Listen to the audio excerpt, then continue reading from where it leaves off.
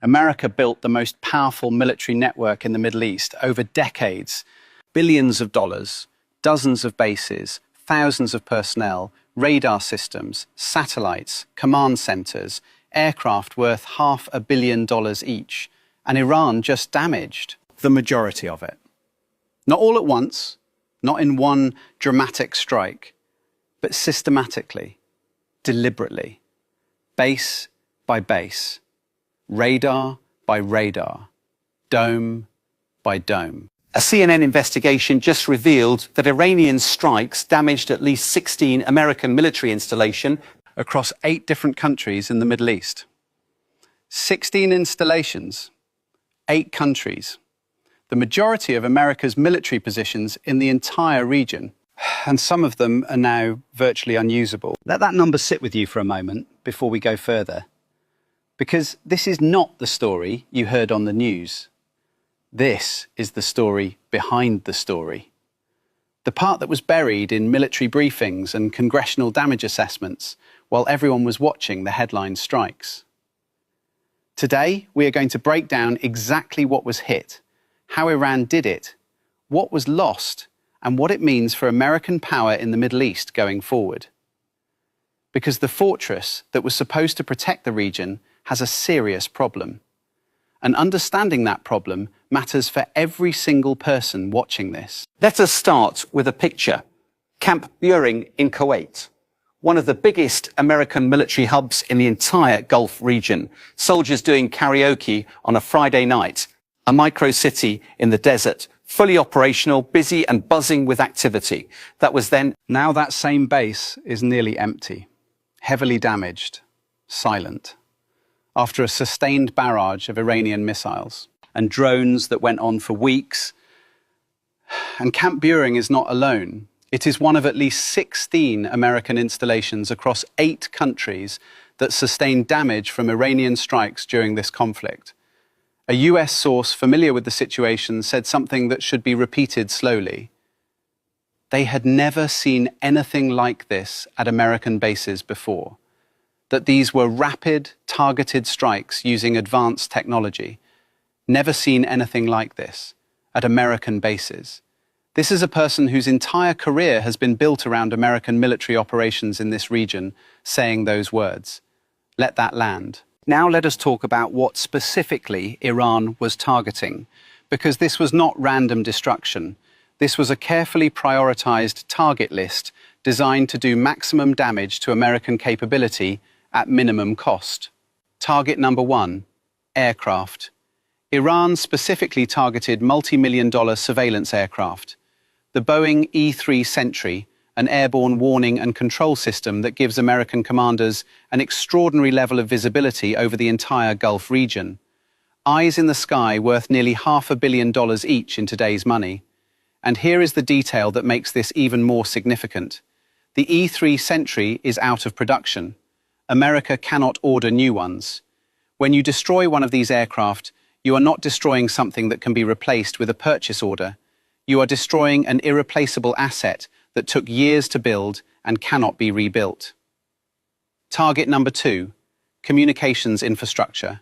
The large dome-shaped structures you see at American bases across the Gulf, known as radomes, protect the satellite dishes that are critical for data transmission, intelligence sharing, command coordination, everything that makes a modern military network function.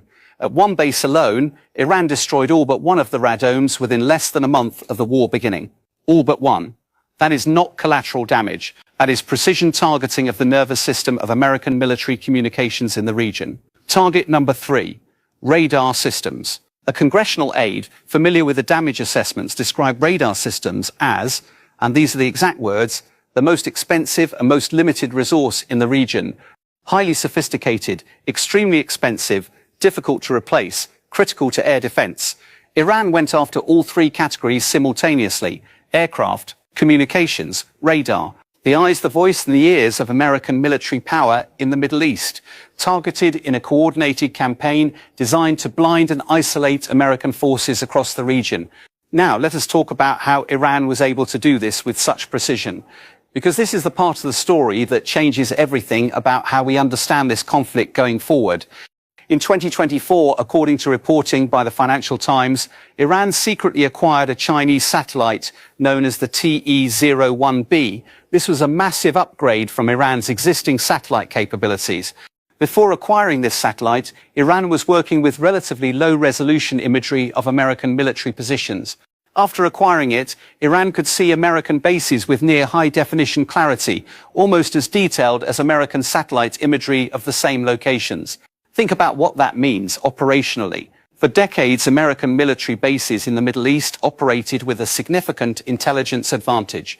They could see their adversaries with far greater clarity than their adversaries could see them. That asymmetry in visibility was a fundamental pillar of American military dominance in the region. The T-01B acquisition eliminated a significant portion of that advantage. As one analyst put it, this is the first time America has fought an adversary with satellites that capture imagery almost as detailed as its own.